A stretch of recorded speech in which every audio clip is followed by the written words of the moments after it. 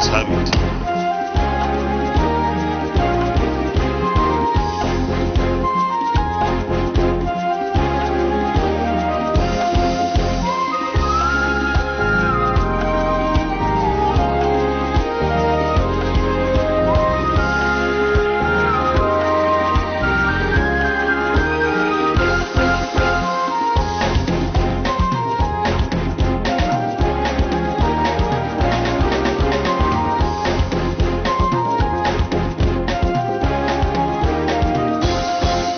Hello and welcome to the program. I am Dennis Adigunloye. On this special edition of the program, the focus is on Nigeria at 61. Now, we are all more than aware of the challenges the country is currently facing, but no nation grows without challenges and opportunities to address them and make things better. And as we shall hear in a moment from some legislators, all hope is not lost for the nation Nigeria, and there is need to remain optimistic that the Nigeria we all crave is not an elusive dream, but a realizable vision that can only be achieved through a united people. Let's begin with the Senate leader of the 9th National Assembly, Yahaya Abdullahi. One remarkable thing that has happened, despite all the travails that this country has gone through, is that this country has been able to carry itself, project its image, abroad, and maintain the unity and territorial integrity of the country. Things have gone in one way or the other, and of course we have had our own share of the tribulations that affected the African continent and the world. And the way we started very well, as a nation. Somehow things happened, and the military seized power, and along the way, coups and counter coups, and given the diversity of this country, several regimes came on. What we really lacked was a question of leadership focus, because of the successive changes, of regimes that we have had. Military rule engenders a lot of instability, and we have seen what happened after more than 30 years of military rule. We are now clocking another 20 or so years of democratic rule, and people tend to question whether this country should remain together. That's the question. But the answer is, if it doesn't, what happens? If it doesn't, everybody loses. It's better, like some of our leaders have said, the cost of division is much, much, much larger than the cost of staying. And staying together is an opportunity for us to sit down and look at the edges where there are challenges and things, so that we can be able to smooth them out. No journey, in nationhood is complete. You can see even the challenges that older nations, are facing. Check the challenges that Britain is now facing, or it has faced. What has happened to the United States? The issue of the racial tensions, and inequalities that are tearing the fabric of the nation apart. You can see the showdown that Trump was trying to take the nation into another direction, and how they were able to come together. And the wars they were forced to fight, and at the end of the day they won none. These are all travails of nation building. You learn from mistakes that you have made in the past. And I think this country, has attained some level of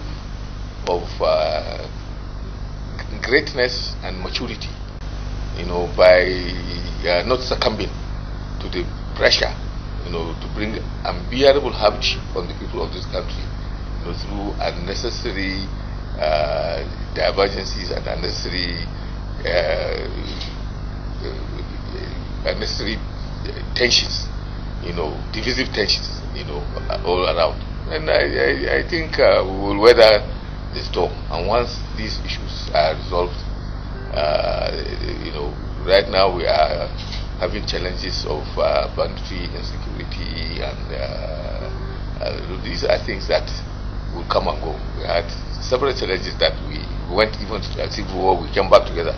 Few nations ever went to war and came back together as a nation. So we thank God, that we have attained where we are today. We have so far clocked about 22 yes, it's a democracy. And the democratic challenges are there, and I think the democratic journey, we have learned a lot. For example, we in the Senate and the National Assembly, has grown both in stature and experience. A lot of the challenges that we have faced, really, was the absence of a legislature for more than 30-something years. So the legislature is one arm of the government that is its youth, but it is in its infancy. Still yet, people are not comfortable, with the legislature. They give us all sorts of names. We know we are the most unpopular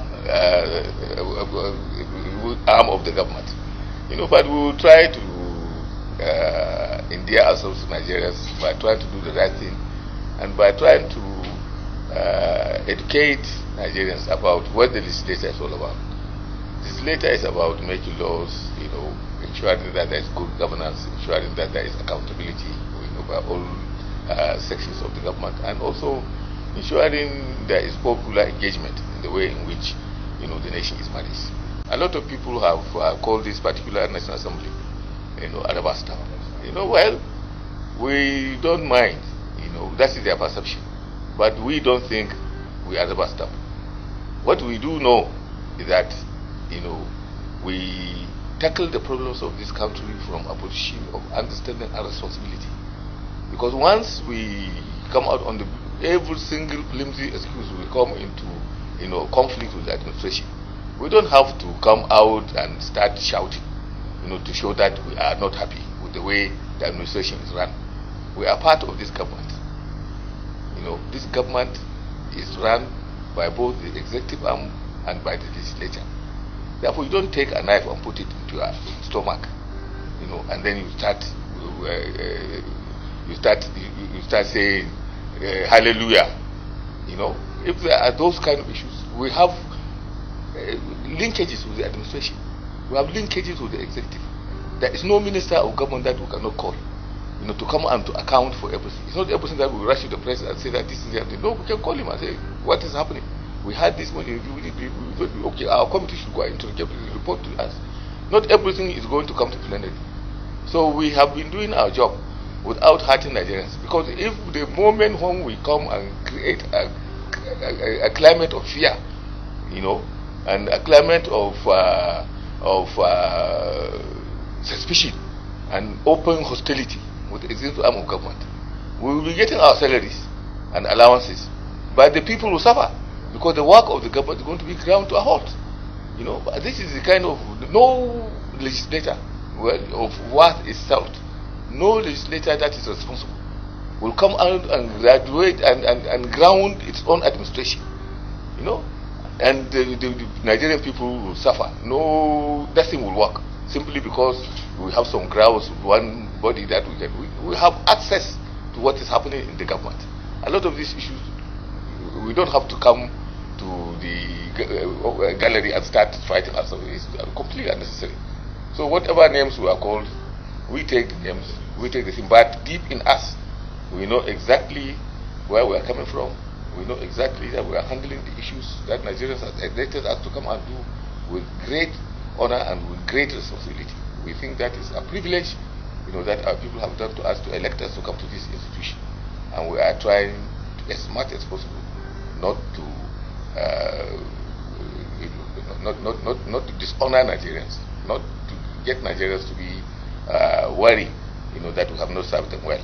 We know that this ninth Senate, history will be kind, to us by what we have been able to do, which I think in the past no other Senate has been able to do. We have been able to pass legislations. A lot of them we wouldn't have done for the president even to do and sign them, if we have not tackled some of these issues with understanding and competence.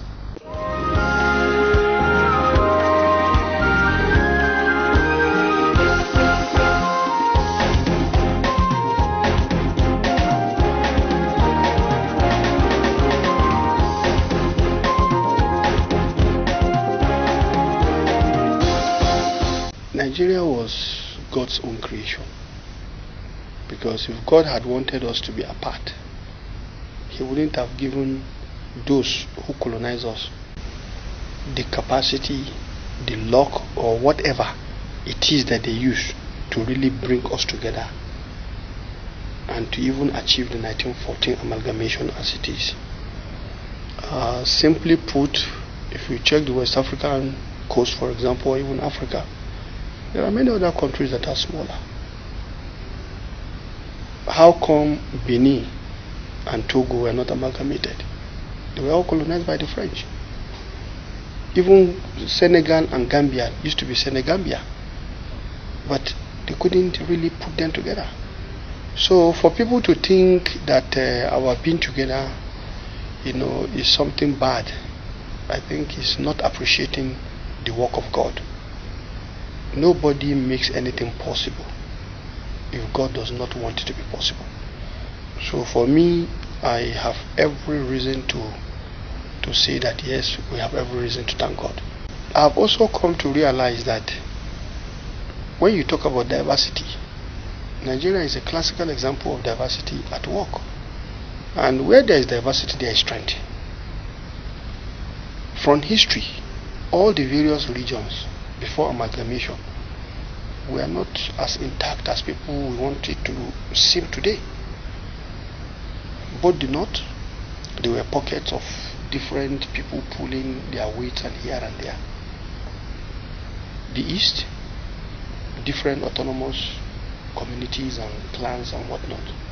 The southwest, that you may even think is super monolithic, is not truly super monolithic, because when you go into that port, you understand that there is a difference between an Ijesha man and an Ijebu man, and an Egba man, an Oyo man, and even an Ibadan person. So my point here is simply put, despite this diversity, we've been able to pull together. And Nigeria had very beautiful moments. And so if I will take a lens from something called appreciative inquiry, you will appreciate that Nigeria had very good golden moments. Our founding fathers were best of friends and best of adversaries for development. Not adversaries for their pocket, adversaries for development. And they still see themselves as brothers. So for me, the journey this far, there are a lot of lessons to be learned. And it shows that yes, if we take a step and look at the good things that have kept us together, we can amplify those. And those areas where we have made mistakes, we can learn from them, take corrective action, and we can get there. Today, it's not my own thinking that we should be looking at the ethnic backgrounds of Nigerians. We have more than 500 tribes. And if we begin to look at that, the simple fact that we are a majority does not give you right over those that are minority. So, but Nigeria today is enjoying the relative peace. If you are from one area and the place is hot for you, you can run to another area and you are accepted. In my sojourn as a public servant doing field work, I've seen people who, if you tell them come and go to your ancestral home, they'll say no, I won't go. Here is home for me. I'm happy here. But all the tribes, whether Hausa, Yoruba, Igbo, we have Hausas who will not want to go back to Hausa land. They are happy where they are. We have Igbos who will not want to go back to Igbo land. They are happy where they are. We have Yorubas who will not want to go back home. They are happy where they are. That is the beauty. So, by and large, I know yes, Nigeria is facing its own challenges even at this age. But let us also remember, in every challenge there are opportunities. That these challenges have confronted us now is an opportunity for us to deal with them, so that we will never have to face them in future. That itself is an opportunity. Because if you've not witnessed failure, then you may think preparation to succeed is just a joke. But when you witness failure, then you will take preparation serious and do all you can, and lo and behold, success will be yours. So for me, I think at this stage in our life, our founding fathers and various leaders have tried their best and Nigeria is still together. The teething problems Nigeria is facing, if you take that problem and take to some state that you want to compare Nigeria with, they will never survive it. But here is Nigeria surviving it. That tells you Nigeria is unique. That tells you Nigeria is blessed. And I think if we appreciate God, there is this saying that, of course, if God does you anything and you appreciate, God will add. If we are talking about bad leaders, did they drop from the sky? They came from Nigerian society. If we are talking about good leaders, they came from Nigerian society. So all of us have a duty, both those who are being governed and those who are governing, to this country. And if we put our acts right, we can achieve greatness for this country. Because I know Nigeria's greatness is yet to come, and it will come in our lifetime, inshallah.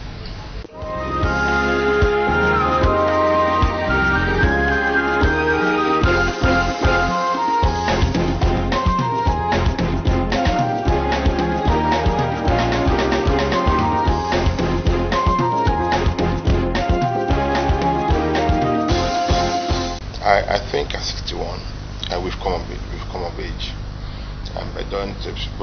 I also believe very strongly that we might not be where we are supposed to be, but we are not also where we used to be. I believe that the only issue we have in this country right now is these various security challenges: banditry in the northwest, Boko Haram in the northeast, of course, IPOP in the southeast, and then what is happening in the south, kidnapping in the south, across the country. I think we are not. These are challenges that are not beyond our comprehension as the country. All that is required is for all Nigerians to work together. I think the solution to the Nigerian economic and security challenges lies in every doorstep. Everybody has a part to play. I don't believe in playing the blame game. I believe in taking responsibility and also contributing towards finding lasting solutions to various security challenges. I was talking to one of our Southeast colleagues yesterday. He says now Igbos don't want to go home because of insecurity, because their lives are being threatened. Quite unfortunately, I saw in the news yesterday that Dora Akunli's husband, professor of medical sciences, was murdered.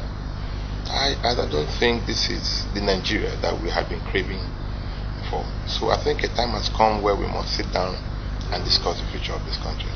It is most profound. And I want to solicit with Mr. President. I know that he's facing a lot of challenges, but I also know that he is also up to the task based on the various assurances he has granted the country. And I believe, like he always says, he will leave Nigeria better than he met it, and we pray he does so. For some time, yes, we have interchanging of military civilian. But God so kind, from 1999, when we revert to democracy, presidential system of government, we have been in it up to today. Democracy, yes, that's what we are doing now. Two different type of administrations came on. The former party, PDP, had it for 16 years. We have taken over as APC, since 2015, and we are 6 to 7 years into it now. And yes, there are challenges, no doubt about it, but there are challenges of development, challenges of trying to understand one another, having come out, from a monolithic type of administration that is, military. So for so many years, military ruled. It was a dictatorship, of our people. Democracy has taken off, and we are trying to understand how to live together in a democratic, form. Having come with the experience of militancy over a period of time, I would say, from 2015, when we came in at the administration of President Muhammadu Buhari, we inherited insurgency, and we are battling with it, and also kind that we have subdued it now. Because 3 weeks ago I was at Sambisa Forest, where we visited, where we flag off, some roads, in Yobe State, and that means insurgency has been subdued. Yes, there are some challenges of attacks here and there, of course, that are expected to happen. They say people that are thrown off bar, we certainly want to hold on to something. Yes, we also have, the issue of banditry. We have the issue of, armed robbery has subsided. We have the issue of kidnappings. But like we say, it's government and it's governance. And government, is a social contract between government and people. So, to fight all these vices, the people must stand up to occasion and then, partner with government to make it an effective fight. We must develop trust among ourselves. To build a nation is not a simple matter. We can see America is battling, after over 200 years of practicing democracy. They still have, this thing that has happened, last year. So we are trying, our best, and I think, our best will become the best as we go along. Nigeria at 61 once again is a time not just of celebration, but also a time for sober reflection and deep planning on the way forward. Over the past 61 years, there is no doubt that this country has achieved a lot in terms of development. If you look at the number of cities that even existed in Nigeria at the time of independence and the number today, the number of universities, the number of hospitals, kilometers of tarred roads, by whatever index that you can look in terms of development, we have made substantial progress. But there are still areas of very serious challenges for the country in question of unity, national integration, commonality of purpose, and getting all sections to work together in the national interest is still a bit of a challenge 61 years down the road. In this stretch of our democratic experience, we've had over 20 years of unbroken democratic experience. So to that extent, I think we have made advances. You are still hearing of coup plots, especially in the West African sub-region.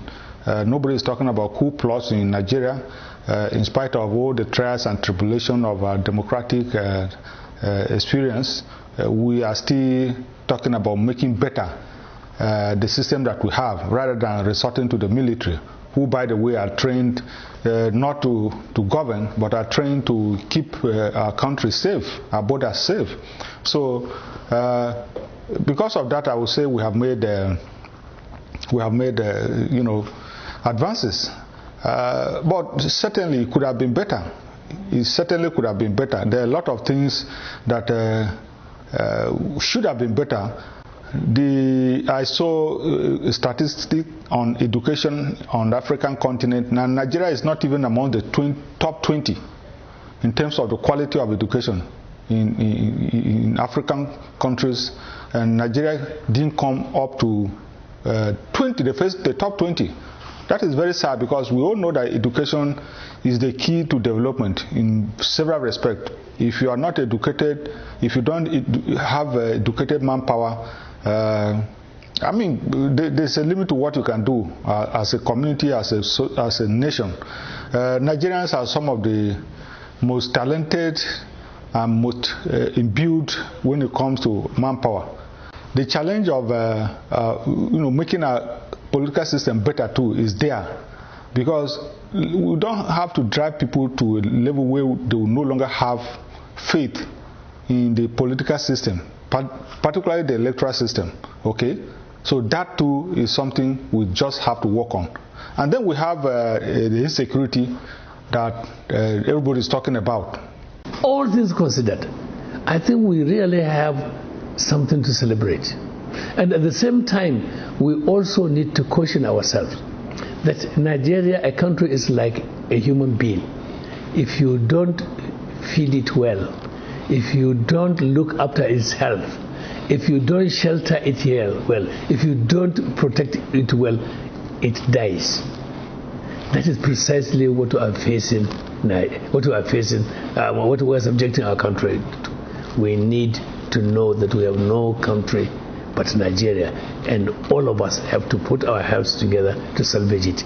We can have our political differences, we can have our religious differences, but we have only one country, and we have to put our heads together to salvage it.